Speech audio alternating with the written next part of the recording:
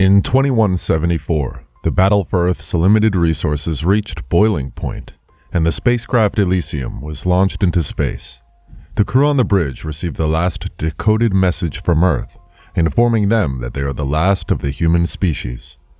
A disoriented man wakes up in his launch pod. He manages to get out, but he's confused. He is alone, and the lights in the room keep going on and off. He finds a light and looks around. Similar pods are around, and in front of him is the deck. On his pod, he checks for his name and repeats the word Bauer printed on its font. He removes the plasticine that covers him and finds the clothes that he wears, together with the picture of an unknown woman that he keeps. He tries to leave, but the lights are off, and the door won't open. He tries to wake the lieutenant from his pod, but the sound doesn't even go through. Giving up, he goes to shave his beard when the lights return. Lieutenant Peyton's pod opens up, letting him out. He is disoriented from extended hypersleep. Bauer helps him get some clothes while questioning him. However, Peyton does not even remember their mission. Peyton helps turn on the deck, but after trying to contact anyone on the ship, they get no answers. They also wonder about the empty pod next to theirs and where its owner went. A noise comes from the ventilation shaft above them, and Peyton suggests Bauer go check it out to find a way out of the room. Bauer goes up to check, and it looks like someone went through the shaft earlier. As he goes deeper, the shaft becomes unbreathable, with stuffed pipes everywhere, and he can't see where he's going. He begins to panic, but Peyton calms him down and advises him to remember his training. Bauer reaches an intersection and falls straight down. He finds the hanging body of the former flight crew member, Cooper, dead. The vent gives way and he falls through to the compartment below. His radio gets messed up, and he can't contact Peyton. Bauer, with his light, begins surveying this area of the ship. Peyton is still unreachable. He sees a woman from afar trying to open a door in a dark hallway. He tries to talk to her, but she escapes and he follows her. He runs into the hanged corpse of a flight crew member. While he wonders, he's attacked by the woman. She overpowers him and steals his stuff, despite him trying to explain he's with the flight crew. She departs with some advice for him to take off his shoes, or he will be gutted. Suddenly he hears some horrific sounds coming from around him, and then the corpse of the hanging man is pulled brutally up. Looking up, he hears the sound of bones breaking and flesh being torn. Something is feeding on the body. Sensing danger, he makes a run for it. He tries to hide in the hallway, but the creature still hunts for him. He hides in the compartment, and the creature eventually gives up on its pursuit after finding Cooper's body and dragging it away. A terrified Bauer informs Peyton that they are under attack by unknown creatures.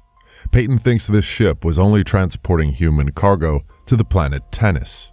Bauer then remembers there were thousands of them during the launch. He remembers his wife and postulates she might be on the ship. He decides to find her, despite Peyton's dissuasion. Bauer finds an anti-riot gun and equips it. Peyton is going to guide him to the reactor where he can try to restart it. A person scurries away from afar and Bauer hides. His hands are shaking and he wonders if he's losing his mind from the mental disease known as Pandorum. Peyton is not happy to recollect the story of Pandorum and how it affects flight crews who spend a long time in space. He finds another booby-trapped body, but this time it's alive. Despite Peyton's warning, he frees the man. The man introduces himself as Shepard from Flight Crew 6. However, Shepard is unwilling to follow Peyton's orders and prepares to go it alone.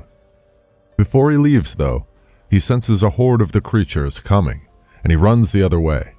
Bauer follows too, reluctantly, and hides. However, Shepard is found and killed by the creatures. From his hiding place, Bauer sees them celebrating their kill. He tries to take out the leader while he's distracted, but the shot is blocked by a transparent glass panel he had not noticed. He's then chased by the creatures and almost captured by a rope, but is saved by a hooded South American man. However, Bauer and the man speak different languages and cannot communicate. The man is from agriculture, and Bauer tries to assure him that he will take care of the situation before walking away to fulfill his mission. On the deck side, Peyton tries hammering the door to the bridge open, but it won't budge. He hears some voices coming from the ventilation, and then he starts nosebleeding. On the other hand, Bauer goes looking for the reactor, but is attacked by the woman again. He is saved by the hooded man, who starts exchanging blows with the woman. Bauer interrupts them with an overhead shot and asks for their help in finding the reactor. Bauer goes ahead with the hooded man to try and find a way to the reactor. The woman changes her mind, decides to help them, and shows them the correct way. They're almost attacked before she opens the door, and they narrowly escape. The door leads to the vault, an archive that stores the entire Earth's ecology for repopulation and distribution on the new planet. She has been guarding the archive since she woke up. She postulates that they may have been on the ship longer than Bauer thinks. Meanwhile, a frightened Peyton decides to check the ventilation where he had been hearing some sounds for a while. He finds a young man caught in the pipes and pulls him out. On the other side, Bauer and his friends, on their way to the reactor, reach a section of the ship with mostly empty pods. The woman informs them that this is the unknown creature's main hunting ground. The hooded man gets into hunting mode, and they have to leave him behind. She falls into a sewer dump, where she finds decomposed human remains all around.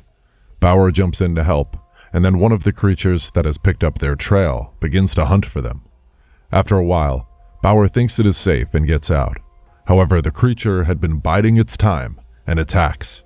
He's saved by the woman, who also attacks the creature, but she is defeated. It's the hooded man who saves them. Together as three, they take down the creature. However, the other creatures are not happy about the death of one of their own and pursue them. Another pod is accidentally opened, and they're distracted by the sudden discovery of new prey. Bauer looks on as they feed on the helpless man who just woke up from hypersleep. On the deck, Peyton tries to talk to the young man who is disoriented. He confesses that he had to defend himself from his former crew members who had lost their minds from Pandorum. On the ship, Bauer and his friends are lost. They enter another section of the ship, where they find a hermit who has been hiding alone for a long time.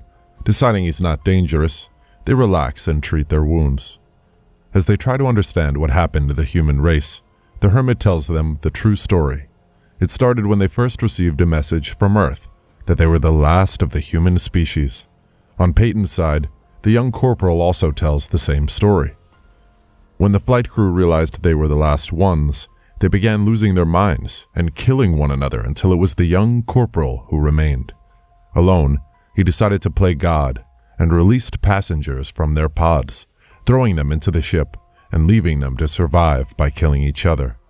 After a while, he receded to hypersleep, leaving the savage humans to mutate and populate the ship. Bauer realized they were being drugged by the hermit when they begin to lose consciousness. On the other side, the young corporal hounds Peyton, saying he's mad for thinking they could survive on this ship. Bauer and his friends are hung upside down, with the hermit intending to gut them for food. Bauer convinces him that he can get the ship's power running so they can get out of here. He agrees to comply, but takes his anti-riot gun. They then contact Peyton, who informs them that the reactor only has a few minutes before it shuts down completely. He guides them to the reactor. On their way, they meet a mutant child, and it calls its parents on them.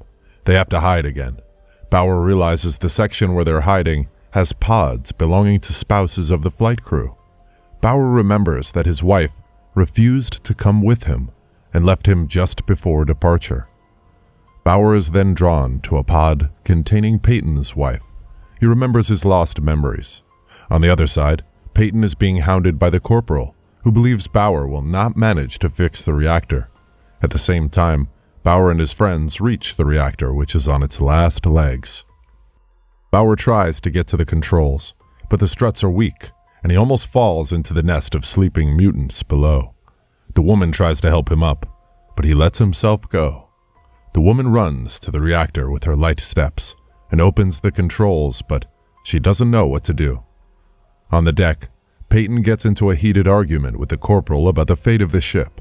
He has to order the young officer to stand down when he gets too aggressive. Bauer camouflages himself with the shed skin of the mutants and begins to climb back up. On the other side, Peyton is held at gunpoint by the corporal, who forces him to open a pod for self-ejection. Peyton tricks him and manages to lock the crazy man in the pod. In the reactor room, Bauer climbs back silently, but the hermit drops the stolen anti-riot gun below, making a loud noise that wakes up the mutants. He runs away while Bauer scurries to the top. He manages to reset the engine just in time when they're almost surrounded, and the energy discharge kills all the surrounding mutants. The lights return. They rush to the bridge. On the deck, Peyton again hears the corporal's voice in his head, despite the guy being locked away. Looking at the pod, it is indeed damaged and the corporal is free, with a syringe gun. They fight for the gun, and Peyton wins, shooting the corporal with the syringe. The corporal disappears, and Peyton goes into full Pandorum mode. The hermit is the first to arrive on the deck, and Peyton shoots the needle into his eye. Bauer and the woman follow, narrowly managing to escape the mutants. However, having remembered everything, Bauer confronts Peyton. Peyton, who is fully mad, tries to convince Bauer to abandon his morality and embrace Pandorum. They fight for control while the mutants try to get in. Bauer eventually immobilizes Peyton. The woman realizes that they are under the ocean and calls on Bauer to see a glowing jellyfish outside. They have already arrived on Tannis. Peyton attacks Bauer again. The woman jumps in to help, and Peyton almost kills her. However, Bauer, in madness, destroys the controls. A shard escapes and breaks the glass hull. The ship begins flooding. Peyton is swept away by the water, while Bauer and the woman escape. He guides them to one pod where they get in, and he ejects them out. With the ship flooding, the computer releases all remaining pods onto the water surface. Bauer and the woman become part of the first surviving 1,213 first humans on planet Tannis. Thrilling film comes to an end. Thanks a lot for watching, guys. If you like this video, please consider subscribing to our channel. I'll be back with another interesting movie recap. Until then, take care.